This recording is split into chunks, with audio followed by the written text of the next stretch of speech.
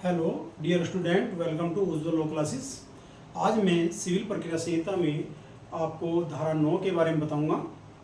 धारा 9 में बताया गया सिविल प्रकृति के वाद कौन से होते हैं, यानी कि सिविल न्यायालय सिविल प्रकृति के वादों की जो सुनवाई करते हैं उनके बारे में बताऊंगा। सिविल न्यायालय को सभी सिविल वादों की सुनवाई करने की अधिकारिता है, सिवाय जहाँ की उनका संज्ञान अव्यक्त रूप से या विवक्षित रूप से वर्जित न किया गया हो। यानी कि इसका मतलब है कि सिविल न्यायालय सभी सिविल वादों की सुनवाई कर सकते हैं, कोई दिक्कत नहीं उनको, जहाँ पर कि उनको उस मामले की अधिकारिता है। अधिकारिता यानी कि जुडिक्शन, अधिकारिता यानी कि जुडिक्शन और कॉम्पिटेंसी यानी कि सक्षमता, दोनों एक दूसरे से मिले हुए हैं। अधिकारिता है तो सक्षमता भी है, सक्षमता है तो अधिकारिता भी है। तो सक्षमता के अंतर्गत यानी कॉम्पिटेंसी ऑफ द कोर्ट क्या होती है? विषय वस्तु संबंधी अधिकारिता, धन संबंधी अधिकारिता और स्थानीय अधिकारिता, ये तीनों अधिकारिताएं ये सिविल न्यायालय में हो उस मामले यानी कि उस सिविल मामले को सुनने की, तब वह सिविल न्यायालय उन मामलों को सुनने की अधिकारिता रखते हैं जब तक कि उनको जो अव्यक्त रूप से या विवक्षित रूप से बार न किया गया हो। यानी कि अव्यक्त रूप से उसके बारे में बताऊंगा कि अव्यक्त रूप से एक्सप्रेसली एंड इम्प्लाइड जहां बार किया गया सिविल न्यायालय को, उन मामलों को की सुनवाई जो सिविल न्यायालय नहीं कर सकते। तो उसके बाद हम देखते हैं, उसके मैं थोड़ा ये और डिटेल्स में बताऊंगा। स्पष्टीकरण 1 और स्पष्टीकरण 2 जो है धारा 9 के साथ जोड़े गए हैं। धारा 9 का जो स्पष्टीकरण 1 है वह कहता है वह वाद जिसमें संपत्ति संबंधी या पद संबंधी अधिकारिता प्रतिपादित है, इस बात के होते हुए भी कि ऐसा अधिकार धार्मिक कृत्य या कर्मों संबंधी प्रश्नों के विनिश्चय पर पूर्ण रूप से अवलंबित है, सिविल प्रकृति का वाद है। यानी कि सिविल प्रकृति के वाद चाहे वह संपत्ति संबंधी हो या पद संबंधी हो, दोनों होते हैं। सिविल प्रकृति वाद संपत्ति संबंधी या पद संबंधी वाद ये सिविल प्रकृति के वाद माने जाते हैं। लेकिन अगर कोई अधिकार ऐसा है जो धार्मिक कृत्यों या कर्मों से संबंधित है, वह वाद ये सिविल प्रकृति का वाद नहीं होता। पद संबंधी या संपत्ति संबंधी अधिकार सिविल प्रकृति का वाद है, लेकिन धार्मिक कृत्य किस प्रकार से आप धार्मिक आचरण कर रहे हैं या पद क्या नाम कर्मों संबंधी अधिकार जो सिविल प्रकृति का वाद नहीं होता। अगर कोई मामला ऐसा है कि धार्मिक कृत्य किस प्रकार से पूजा अर्चना करनी या नहीं करनी, उसके बारे में अगर कोई अधिकार जो सिविल न्यायालय में लाया जाए तो उस पर जो सिविल न्यायालय जजमेंट नहीं दे सकते, क्योंकि वो तो अपना व्यक्तिगत विश्वास है, आस्था है, वो किस प्रकार से करें, वो उनकी जो है अपनी अपनी सबकी भावनाएं होती हैं और उन पर जो सिविल न्यायालय यहाँ पर किसी मामले का विचारण नहीं कर सकते, यानी कि ऐसे मामले का विचारण नहीं कर सकते। उसके बाद आता है कि स्पष्टीकरण 2, यह बात जो है महत्वहीन है कि ऐसे पद के लिए, जो स्पष्टीकरण 1 में पद बताया गया ना, उसके लिए कोई फीस है या नहीं है, वो किसी स्थान से जुड़ा है या नहीं है, इस प्रकार से ये बताया गया स्पष्टीकरण 2 में।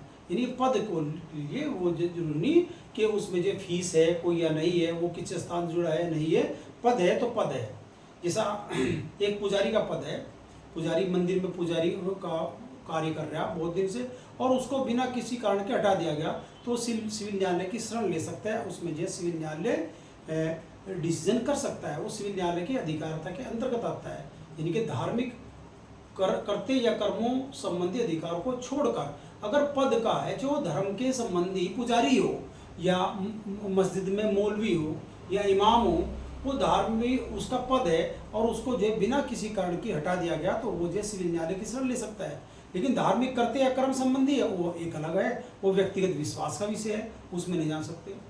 लेकिन अगर किसी को धार्मिक आचरण ही ना करने देने मंदिर में या मस्जिद में, तो क्योंकि भारतीय संविधान के अंदर धार्मिक स्वतंत्रता का अधिकार एक मौलिक अधिकार है, तो वह व्यक्ति जो न्यायालय की शरण में जा सकता है। जैसा कि जातिगत प्रश्न आते हैं, जाति से किसी को बहिष्कृत कर दिया तो वह मामला सिविल प्रकृति का वाद नहीं है। लेकिन अगर किसी को जाति से निकाल ही दिया तो वो सिविल प्रकृति का वाद है। तो दोनों अलग अलग चीज़ है। बहिष्कृत करना, जैसे कि पुराने समय में हुक्का पानी डाल दिया कि उसका खान पान भोजन ना तो उसके खाएंगे ना खाने जाएंगे, तो ऐसा जाति से बहिष्कृत करना है, तो वहाँ पर वो सिविल प्रकृति का वाद नहीं है। लेकिन अगर जाति से ही निकाल दिया और उसको धार्मिक आचरण भी नहीं करने दे रहे, आप कुछ भी नहीं करने दे रहे, तो वह जो है एक सिविल प्रकृति का वाद होगा। क्योंकि जाति में बने रहने का अधिकार सभी को अपना एक विधिक अधिकार होता है, उससे जो है आप नहीं निकाल सकते। अगर निकालते हैं तो वहाँ पर जो है वह सिविल प्रकृति का वाद होता है।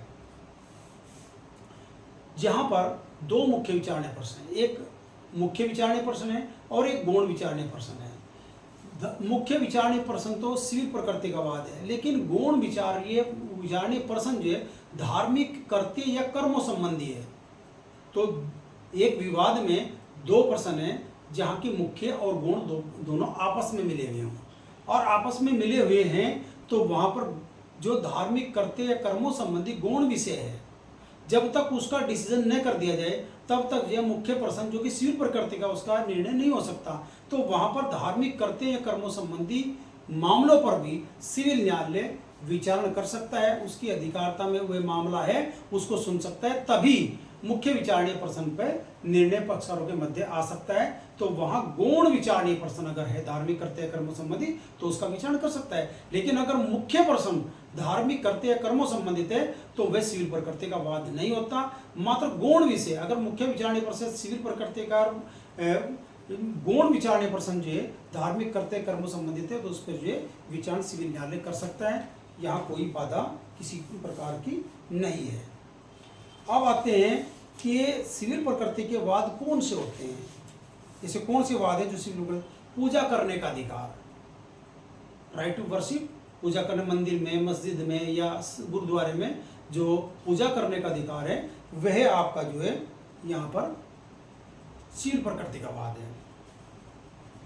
धार्मिक या अन्य प्रकार के जुलूस निकालने का अधिकार, आप जो है परमिशन लेंगे डीएम एसडीएम साहब से और इस प्रकार धार्मिक जुलूस निकाल सकते हैं, कोई दिक्कत नहीं है। लेकिन विदाउट परमिशन के अगर आप निकालते हैं तो वो क्या नाम इलीगल हो जाएगा।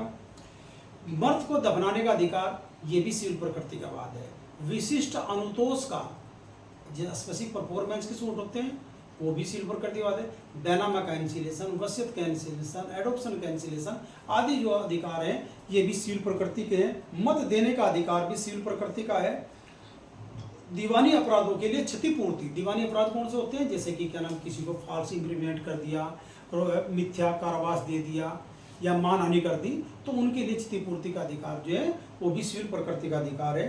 पर संविदा भंग के होने पर यानी कि ब्रीच ऑफ कॉन्ट्रैक्ट रहेगा उस पर जो है कंपनसेशन प्राप्त करने का अधिकार, ये भी सिविल प्रकृति का वाद है। विवाह विच्छेद के संबंधी प्रश्न, ये भी सिविल प्रकृति का वाद है। मनी रिकवरी सूट, वो भी सिविल प्रकृति का वाद है। पद के लिए वाद, वो भी सिविल प्रकृति का है। प्रबंधन संबंधी अधिकार, वो भी सिविल प्रकृति का वाद है। भाटक के लिए रेंट वसूल करने का अधिकार, ये भी सिविल प्रकृति का वाद है। घोषणात्मक वाद, डिक्लेरेशन सूट, ये भी सिविल प्रकृति का वाद है। जितने भी स्टे के सूट होते हैं, अस्थायी निषेधाज्ञा का या अज्ञापक व्यादेश का अधिकार, ये भी सिविल प्रकृति का वाद है। जन्म तिथि को सुधार करने का अधिकार भी सिविल प्रकृति का वाद है।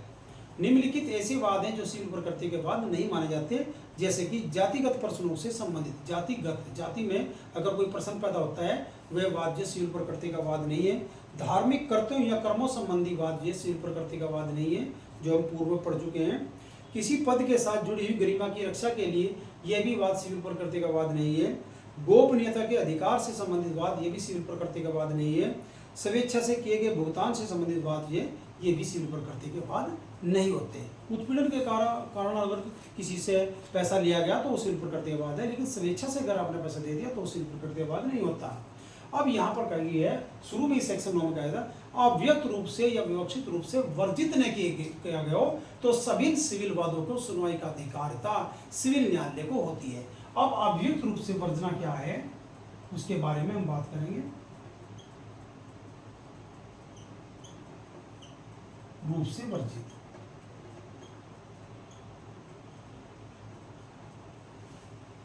जहां की किसी अधिनियम के अंतर्गत ये बताया गया सिविल न्यायालय को इन मामलों की अधिकारता नहीं होगी, इन मामलों की अधिकारता रेवेन्यू कोर्ट को है या किसी ट्रिब्यूनल को है।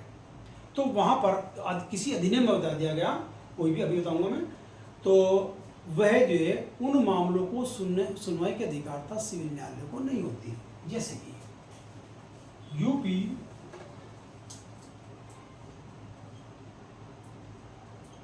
कोड 2006, इसकी धारा 206 कहती है कि रेवेन्यू के जो विषय हैं उन पर जो है अधिकारता सिविल न्यायालय को नहीं होगी, पूर्ण रूप से पार कर दिया।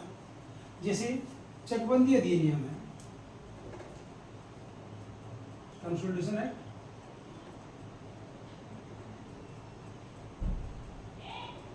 चकबंदी अधिनियम के अंतर्गत ये बताया गया कि जो सेक्शन 5 है उसके अंतर्गत ये जो पहले मुकदमे चल रहे हो सिविल मामले में, अगर अभिलेखों के सुधार से संबंधित कोई है, अधिकार या सत्य से संबंधित कोई है, या जिसका निर्णय जो है चकबंदी न्यायालय कर सकते हैं, उन वादों की अधिकारता सिविल न्यायालय को नहीं होगी। यानी कि सिविल न्यायालय को वहाँ अधिकारता नहीं है चकबंदी मैटर पर, तो बाहर कर दिया गया। किराया अधिनियम है,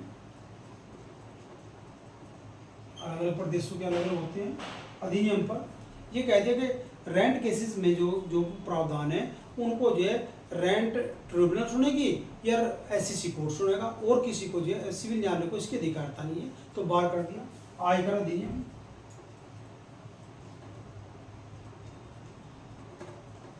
इसके अंदर जो भी ट्रिब्यूनल है यहाँ उन्हीं को आयकर से संबंधित जो भी मामले सुनेंगे वो क्या नाम जो है ट्रिब्यूनल छोड़ सकती है, और कोई नहीं।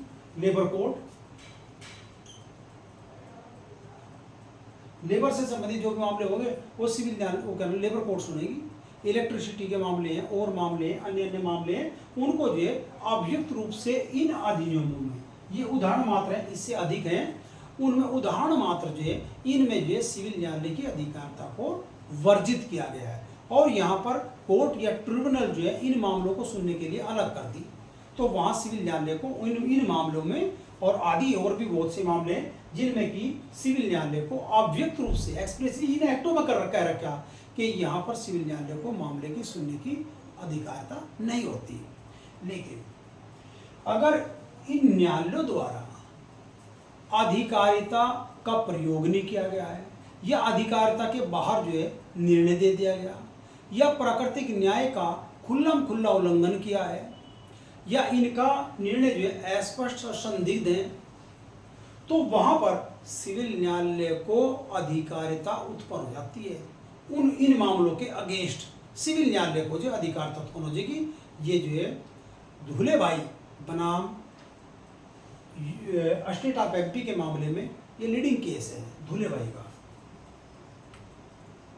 धुले भाई वर्सेस मध्य प्रदेश राज्य AIR 1965 सुप्रीम कोर्ट में कहा कि जहां पर अव्यक्त रूप से सिविल न्यायालय की अधिकारिता को वर्जित किया गया है, और वहां ऐसे न्यायाधिकरण जो उन अधिनियमों के अंतर्गत गठित किए गए हैं, वे अगर प्राकृतिक न्याय के सिद्धांतों का उल्लंघन करते हैं, या वे अपनी अधिकारिता के बाहर कार्य करते हैं, या उनका जो जजमेंट है वो दुर्भावनापूर्ण और स्वेच्छापूर्वक है, या वे विकृत भाव से पारित निर्णय किए गए हैं, तो वहां पर सिविल न्यायालय को इन मामलों पर भी अधिकारिता उत्पन्न हो जाती है। दूल्हे भाई के केस में कहा गया। उसके बाद है अव्यक्त रूप से वर्जना, एक है विवक्षित रूप से वर्जना। विवक्षित रूप से वर्जित की गई,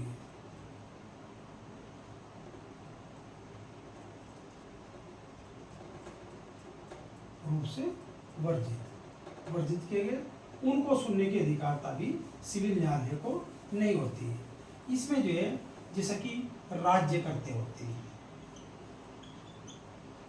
अगर राज्य अपनी संप्रभुता संपन्न शक्ति के अंतर्गत कार्य कर रहा है, तो उन कार्यों के अगेंस्ट जो है आप सिविल न्यायालय में पेटिशन या वाद फाइल नहीं कर सकते।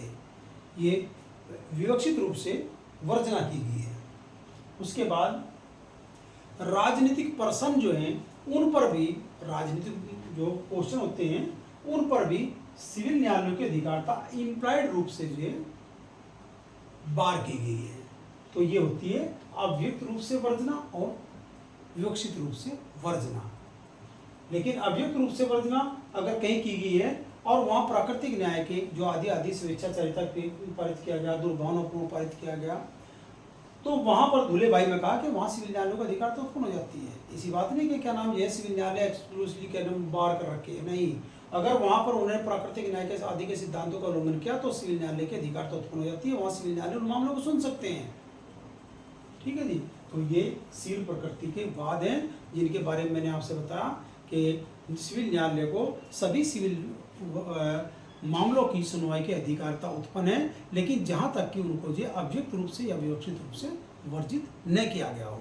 दो स्पष्टीकरण हैं, एक में स्पष्टीकरण 1 में पद संबंधी या संपत्ति संबंधित अगर विवाद हैं तो उनकी न्यायालय उन प्रश्नों को सुनने के अधिकार सिविल न्यायालय को है, जब तक कि वे धार्मिक कर्तव्य या कर्मों संबंधित ना हो।